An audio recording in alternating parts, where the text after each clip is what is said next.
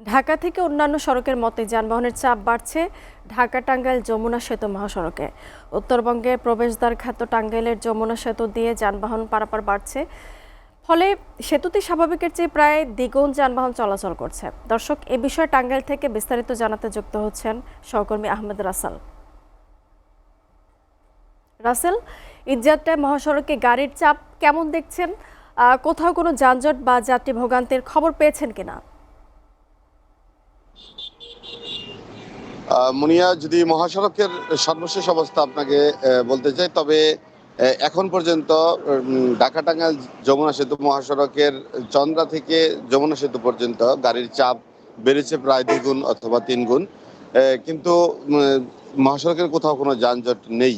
তবে আমরা মহাসড়কে সকাল থেকে বিভিন্ন পয়েন্ট ঘুরে এসেছি, সেখানে কিন্তু দেখতে পেয়েছি যে মানুষ কিন্তু যার যার মতো ছুটছে, যে যে যেভাবে পারছে।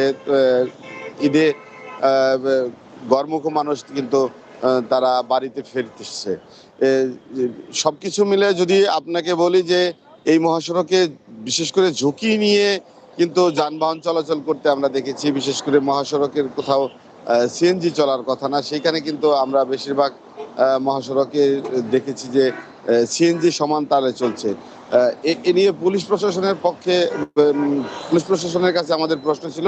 তারা বলছে যে যে যেভাবে পারছে তারা কিন্তু এই মহাসড়ক ধরে বাড়ি ফিরছে।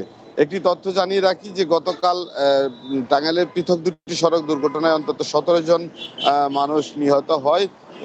এরপর থেকে পুলিশ প্রশাসনের পক্ষ থেকে এবং জেলা প্রশাসনের পক্ষ থেকে কঠোর নজরদারি করা হয়। তবু পুলিশ প্রশাসনের চোখ ফাঁকি দিয়ে কিন্তু সিএনজি আমরা মহাসড়কে চলতে দেখেছি। তো জেলা প্রশাসনের পক্ষ থেকে আজ সংবাদ সম্মেলন করার কথা, যেটা যমুনা সেতু এলাকায়।